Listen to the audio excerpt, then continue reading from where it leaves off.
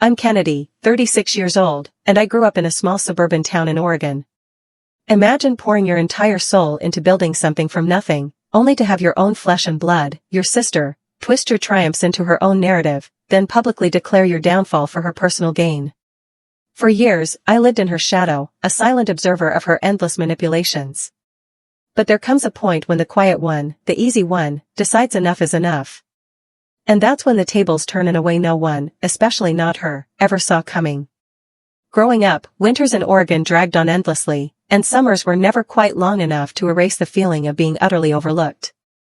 From a very young age, I learned a gut-wrenching truth no child should have to realize so soon. In my family, love wasn't distributed evenly. My sister, Savannah, 3 years my senior, was the sun around which my parents' universe revolved. From her first birthday bash to her high school graduation, every single glance, every single cheer, every proud tear was always directed at Savannah. She was their princess, destined to light up the world, while I was the easy one. The low-maintenance kid. Kennedy can handle herself was my mom's go-to line, a dismissive wave whenever I dared to ask for a sliver of attention. Savannah was born knowing how to command a room. By the time she was 8, she was already on the school stage, bathed in sparkling red light, holding a microphone like a mini Hollywood star.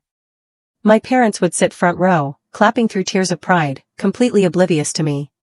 Me? I was behind the curtain, operating the lights, my name never called, no compliments ever offered. It was a pattern that repeated itself, relentlessly. Every single time I tried to do something for myself, something that was mine, Savannah always found a way to make it hers.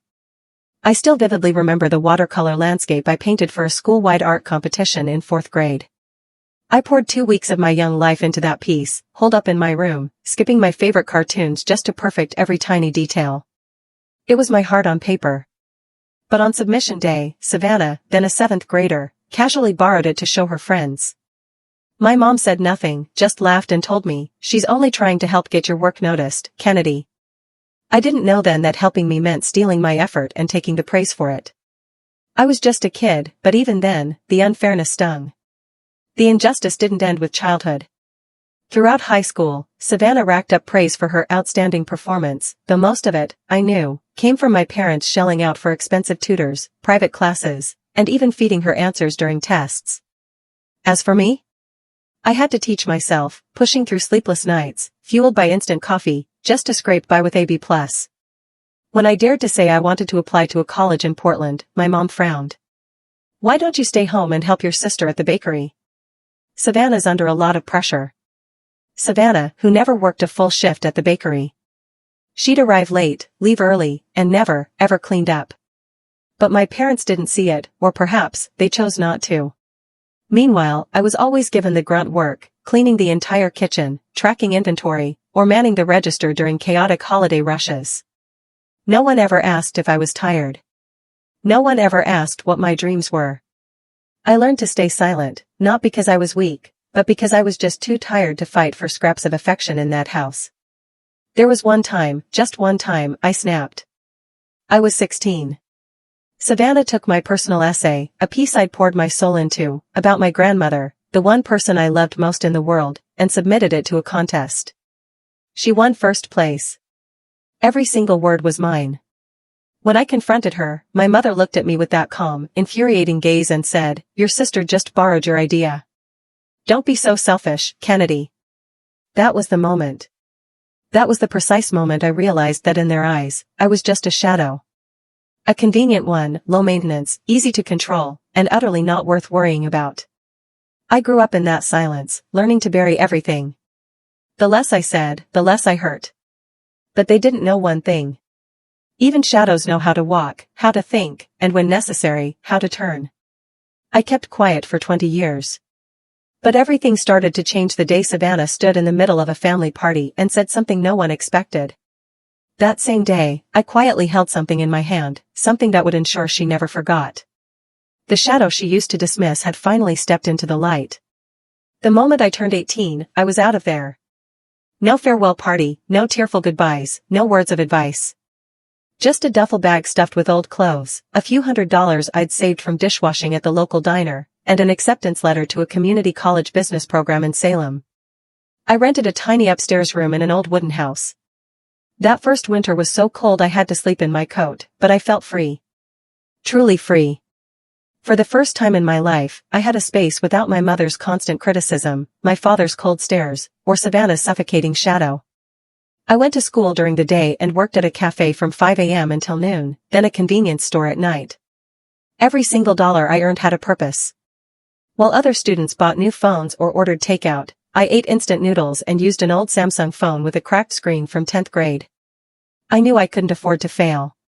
There was no one to call for help. No safety net.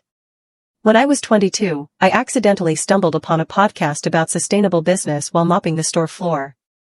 The host talked about the shocking lack of transparency in household goods, from dish rags to detergents. That night, I didn't sleep a wink. I sat in front of my old laptop, devouring every article I could find on eco-friendly materials, transparent supply chains, and the rising trend of dropshipping. 3 months later, I launched a small online shop called Willow and Pine, selling eco-friendly household products, bamboo fiber cloths, bamboo toothbrushes, plastic-free laundry bags. I did everything myself.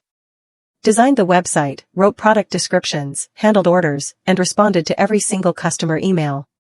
I had no ad budget, only a measly $25 to test my first Facebook ad. I didn't expect it to bring in 6 orders on the very first day. Every cent I earned went right back into the business. I spent my weekends writing blogs, making content, filming product videos with my old phone propped up on 3 thick books. No one knew my name, but I learned how to make Google notice me. Within 12 months, I hit 6-figure revenue. 2 years later, Willow and Pine was mentioned in a Better Homes and Gardens article. By year 3, I was invited to speak on Morning Northwest as the young female founder leading the green lifestyle trend in the Pacific Northwest. Savannah knew, of course. My parents never shared any article I was featured in, but Savannah didn't miss a beat. True to her nature, she began boasting at family gatherings. "Oh, my little sister is doing some cute stuff online. Kind of adorable." When I signed a retail deal with an eco chain in Colorado, Savannah posted a photo from her kitchen, suggesting a DIY dish soap recipe on Instagram with a caption, "Best creativity runs in the family." Each time, I reminded myself not to fall into that old, toxic cycle of comparison, but it was hard, especially when she lived as though I were just an extension of her life, not an independent person who had clawed her way to where she was. Savannah hadn't held a steady job in over a decade. She jumped from multi-level marketing, selling cosmetics online, to real estate assistant, to meditative detox yoga instructor, changing careers faster than I could keep up with her apps. Every time we met, she'd say she was about to start something huge, getting investors soon, totally going to blow up.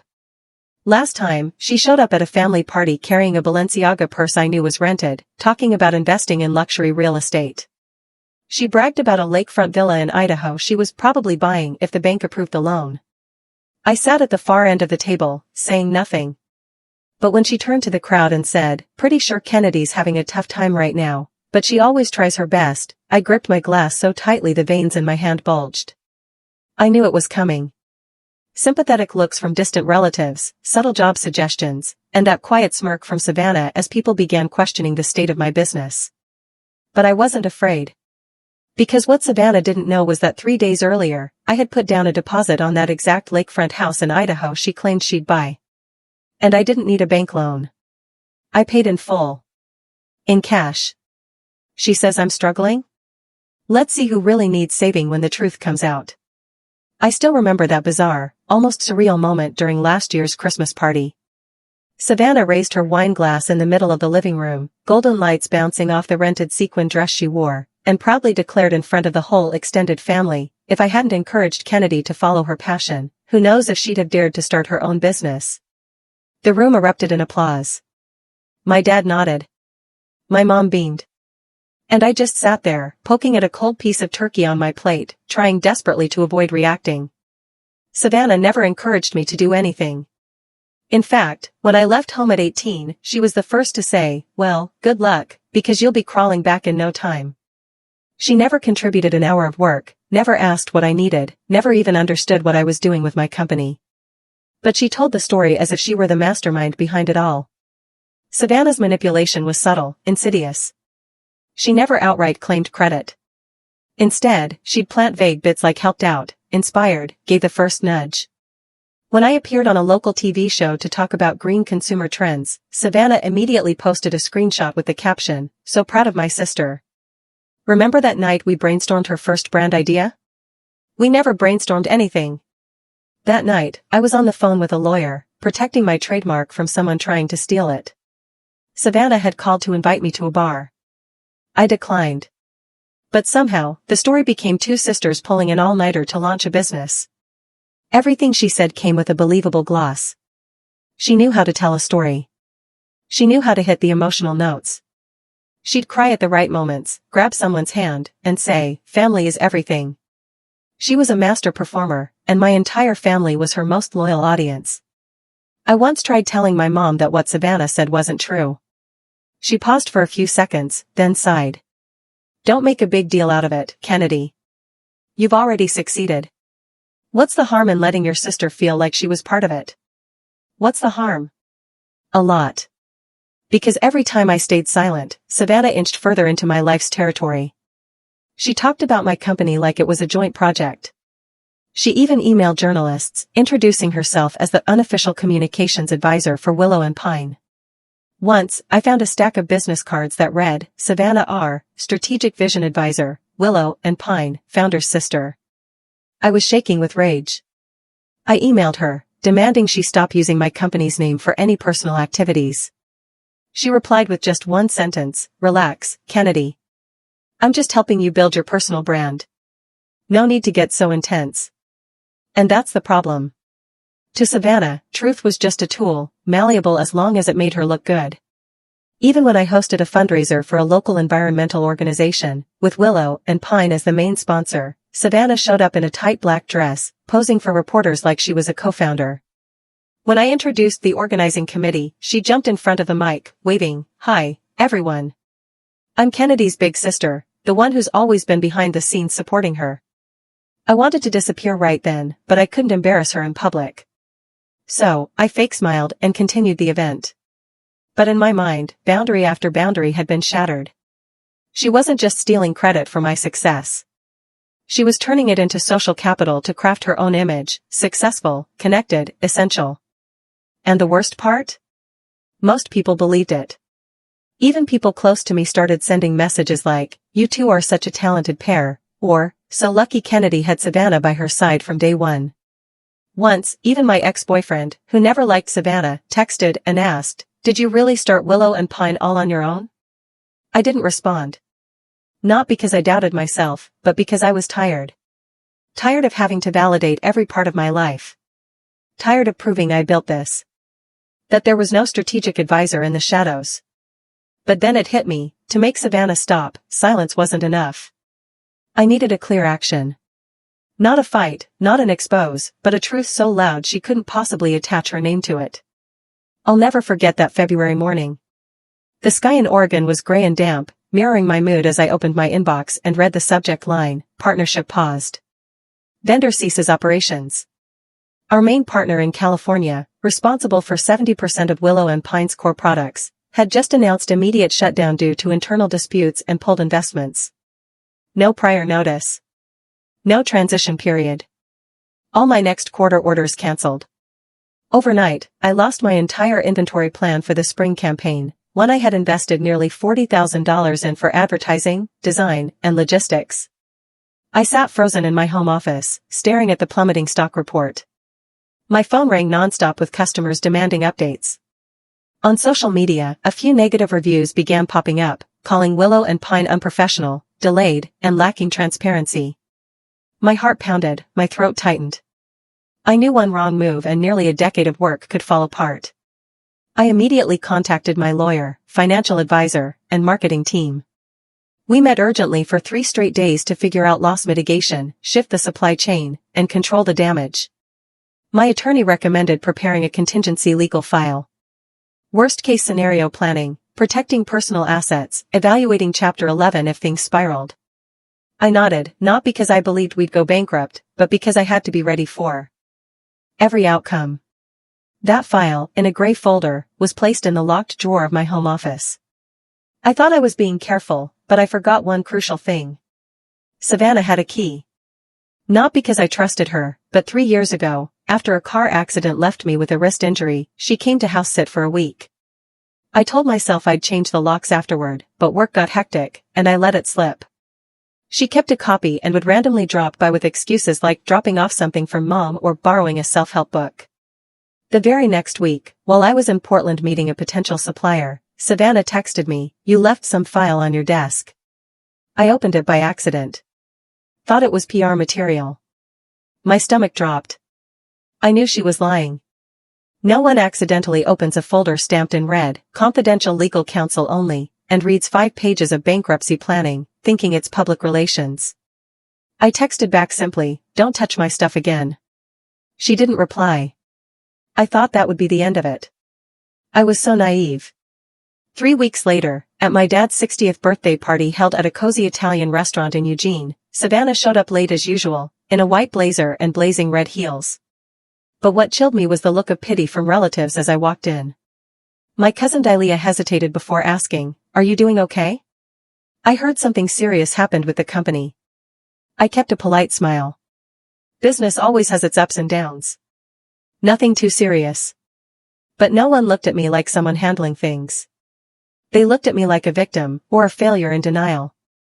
While we were cutting the birthday cake, Savannah raised her glass and said, "We're so lucky to have family together. Even if someone among us is going through tough times, like Kennedy, there are always open arms. I just want you to know you can move in with me anytime." The air turned heavy. My parents glanced at me. A few relatives sighed and nodded. I froze. No one at that party knew I had just signed a preliminary deal with a supplier in Montana, a more reliable and efficient partner. No one knew I had secured funding from an angel investor in Seattle. And no one knew I had paid off my short-term loan in just 26 days. But Savannah knew just enough to spin the story. Just enough truth to make it believable. And she delivered it with such charm, sweetness, and public concern. Officially worried about her sister, in reality, framing me as the underdog so she could shine as the savior. I didn't clap back. Not at the party, not in the restaurant. I just looked at her, lifted my glass, and smiled. A calm, steady smile that made Savannah pause for a split second. Because in my purse that evening, along with my car keys, lipstick, and wallet, was something else, a finalized purchase agreement, and the seller's address, for the lakefront timber villa in Coeur d'Alene, what Savannah once called her life's dream, the home she swore she'd buy once her career took off. Our family reunion that year was held at Aunt Monica's beachside villa in Cannon Beach. She's always been so generous. Every early summer, she invites the whole extended family for a long weekend. This year was record-breaking. Over 40 people came from all over the state, bringing barbecue, snacks, folding chairs, and a flood of aimless small talk. I arrived a little late because I had a Zoom call that morning with our new partner in Montana. As soon as I parked, I noticed a few relatives glancing at me. Quick, assessing looks. Their eyes didn't hold the usual warmth. It felt more like pity.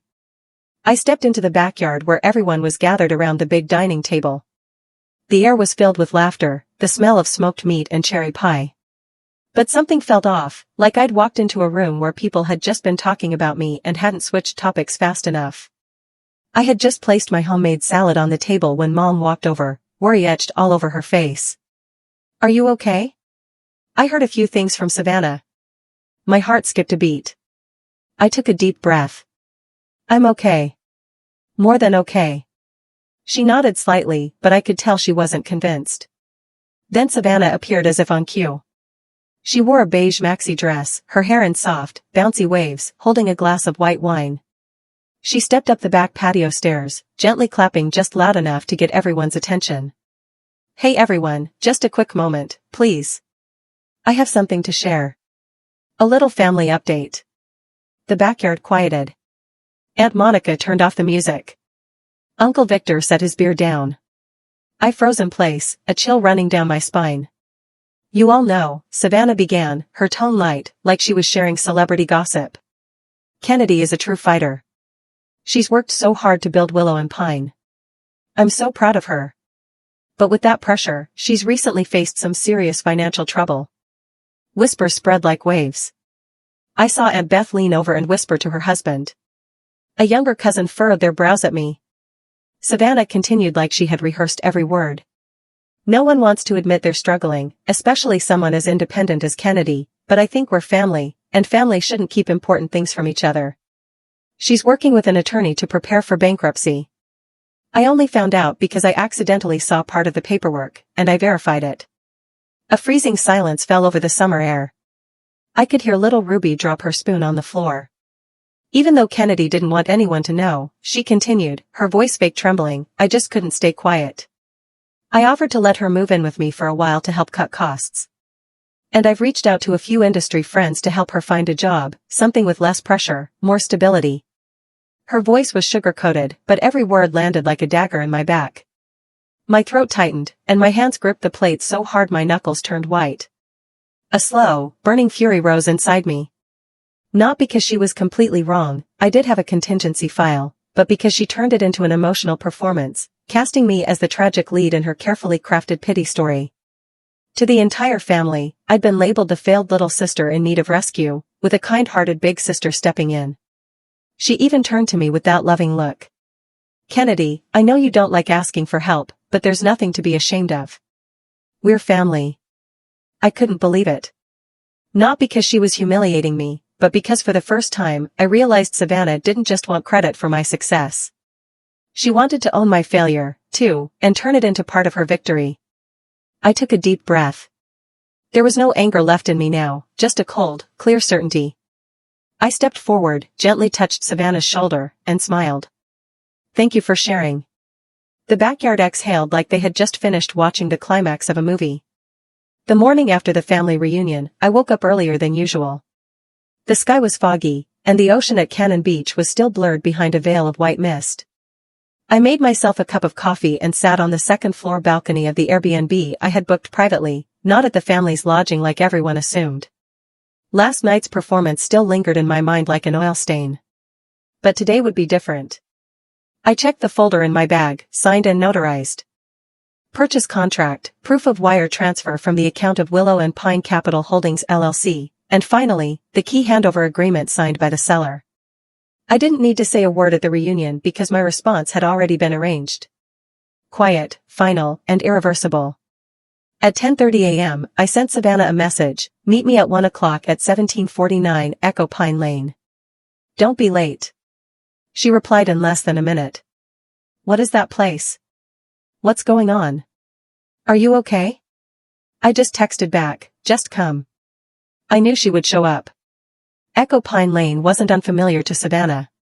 It was the lakeside neighborhood where her dream cabin sat. The one she'd mentioned at every reunion, birthday party, even when tipsy. She once told my mom if I ever owned that place, I wouldn't need anything else in life.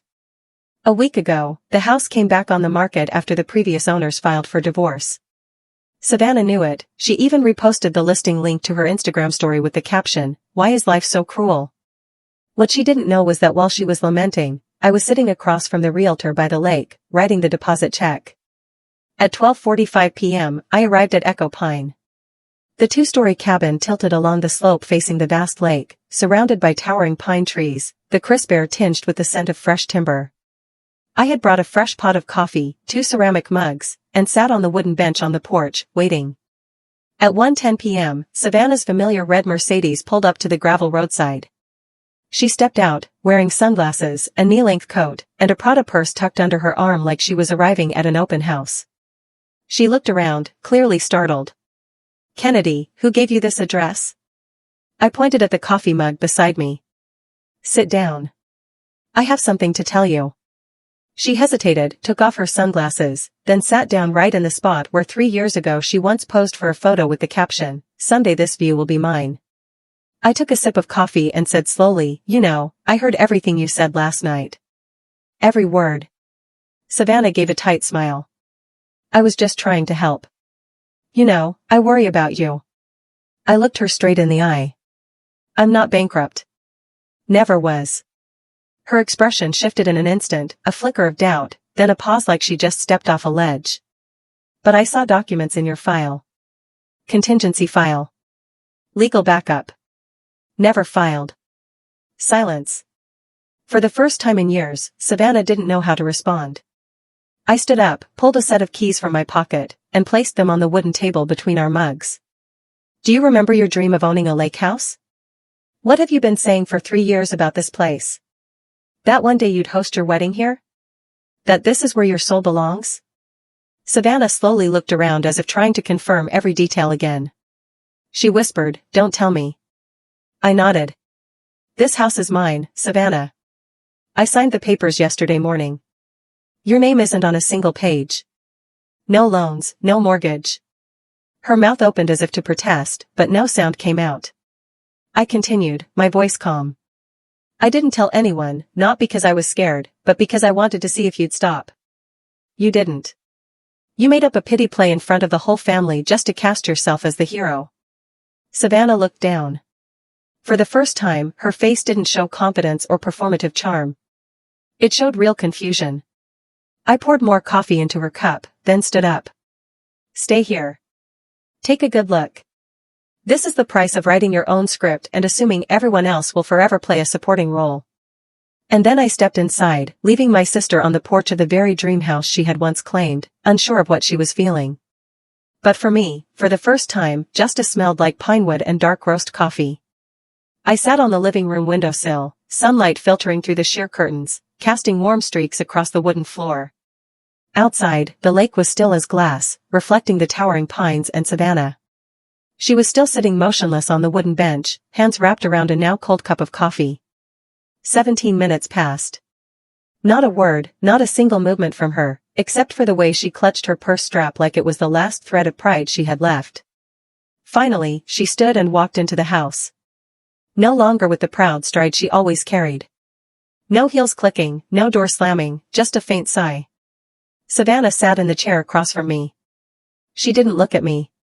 "Do you hate me that much?" I tilted my head. "It's not hate. I'm tired." She let out a dry laugh. "Yeah, you probably are. Tired of carrying your own success. Tired of fighting back against the sister who always hijacked it." I stayed quiet. Let her speak. For the first time, Savannah wore no mask. "I'm not as rich as people think. My credit card's been frozen 3 times in 2 months.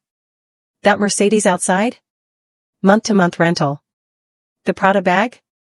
A fake second-hand I bought just to not look behind the curve." I paused. I'd suspected, but hearing it from Savannah herself still caught me off guard. "My apartment," she continued, "is 3 months behind on rent. The landlord's threatening legal action. That interior design studio job trial period ended. I didn't tell Mom, she'd lose it. And Dad, the moment he hears another job loss, he just goes silent like I'm the family stain." Savannah covered her face with one hand, her voice cracked. "And you? Always composed, always with a plan, always the one everyone trusts. Where do I fit in that picture? A 39-year-old big sister dressed sharp but can't afford gas." I didn't feel victorious. I felt sad. "You don't have to compete with me." "I know," her voice broke, dry and raw. "But I don't know any other way to be noticed. You're too good. Standing next to you makes me feel pathetic. So, I retell the story in a way where I don't disappear." I poured more coffee, sliding the cup toward her. "And last night's performance?" She lowered her head and nodded slightly. "Awful. And I know it." I leaned back against the wall, a small weight lifting. For the first time, Savannah wasn't blaming anyone. She wasn't playing victim. She was facing it. I let out a long breath, then said, "This house has 5 bedrooms. I only use 1. Savannah looked up, stunned. "You're not throwing me out?" I grew up with a sister who always thought I was the kid stealing her toys. I don't want to repeat that cycle, but I also don't want to cut ties completely. So, I have a proposal. I listed them clearly. 1, you move in for a while to get your finances in order. Not for free, but I'll help manage the costs.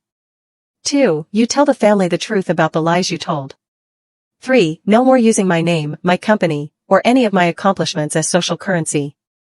Savannah swallowed hard, nodding. "And you? You really want to help me?" "Not because you're my sister, but because if we don't stop now, there won't be anything left worth calling sisters." For the first time, Savannah looked at me as an equal, not as the shadow to outshine. She reached out, hesitated for a few seconds, then placed her hand on the table. I put mine over hers and gave it a gentle squeeze. She said, "Deal." I replied, "Deal." Outside, a soft breeze rippled across the lake, sending small waves across its surface. I didn't know if the future between me and Savannah would be smooth. But at least this time, we were starting from something real. No scripts, no performances, no rivalry, like two women exhausted from the roles they had tried too hard to play. 2 weeks after that conversation on the lakefront porch, Savannah and I sent out a joint message in the family group chat, "This Sunday 3 p.m. Echo Pine Lane. We hope everyone can make it. There's something important we'd like to share." No one asked questions, but I knew for sure they were buzzing behind the scenes. Everyone expected drama part 2, or at least another round of airing dirty laundry. What they didn't know was that this time, the stage wasn't set for shock. It was set for truth. That afternoon, the backyard of the lake house buzzed with chatter, just like our old family gatherings. My parents arrived first, carrying a tray of fresh-baked pastries and a pot of lavender. Aunt Monica brought out her best crystal glasses, the ones she'd stored away for years. Even Uncle Robert, the family's ever-humorous party animal, showed up in his old khaki jacket, warm as ever in demeanor.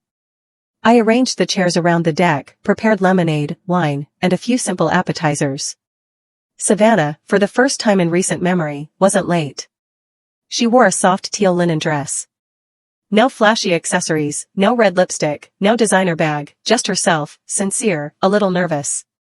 At exactly 3:15 p.m., she stepped up onto the porch steps. No one had to call for quiet.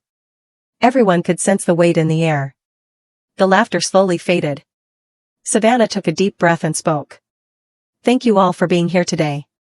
I know some of you might be thinking this is yet another announcement from me, but this time, there's no script, no spin, just an apology."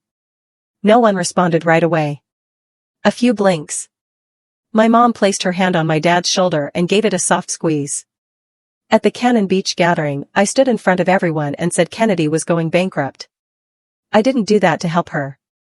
I did it because I was jealous, in crisis, drowning in my own failure, and I needed a story to make myself look kinder, more necessary. A deep sigh broke the silence. I took documents from Kennedy's house without permission. I misread them, misunderstood them, and worse, I deliberately spread that narrative to turn the situation to my advantage. I made myself the hero when in truth, I was the one who needed saving. She looked over at me. I gave a small nod. "Go on." My sister was not going bankrupt. She never was. Kennedy quietly turned things around without tears, without blame. And most importantly, she bought this house. The very one I once called my dream. When I found out, I was shocked. Not because I lost the house, but because I lost the illusion that I was always ahead of her. She paused. The yard was completely silent. Kennedy didn't expose me. She gave me time to make things right, and today I'm here to do exactly that. Savannah bowed her head deeply. "I'm sorry, Kennedy, and I'm sorry to all of you for dragging everyone into a performance no one deserved to witness." My hands trembled slightly, but I stood, walked to her side, and did something I didn't think I'd be able to do so easily. I hugged her. It wasn't performative. It wasn't forced. Just two people long trapped in roles, finally learning how to connect without scripts. The whole yard let out a collective breath. My mom wiped away tears.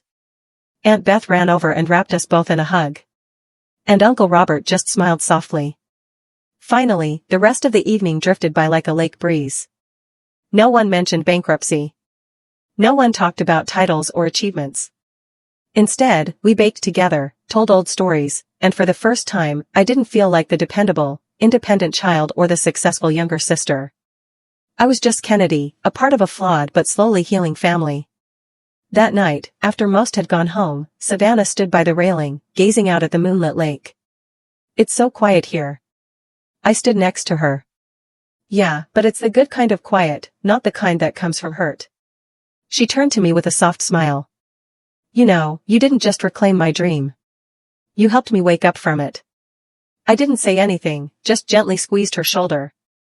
That lake house, once a symbol of endless rivalry, had become the place of a new beginning. Not because it was beautiful or expensive, but because for the first time ever, it witnessed something no other place had. My sister and me on the same side. Not to compete, but to move forward together. My story with Savannah wasn't just about a house or a quiet act of revenge. It was a journey of healing between two sisters once trapped in jealousy and silence. I've learned that sometimes the strongest thing you can do isn't to win the argument, but to create space for the truth to speak. No relationship is perfect, but when we dare to face it, to forgive, and to begin again, even the deepest cracks can become the places where light breaks through.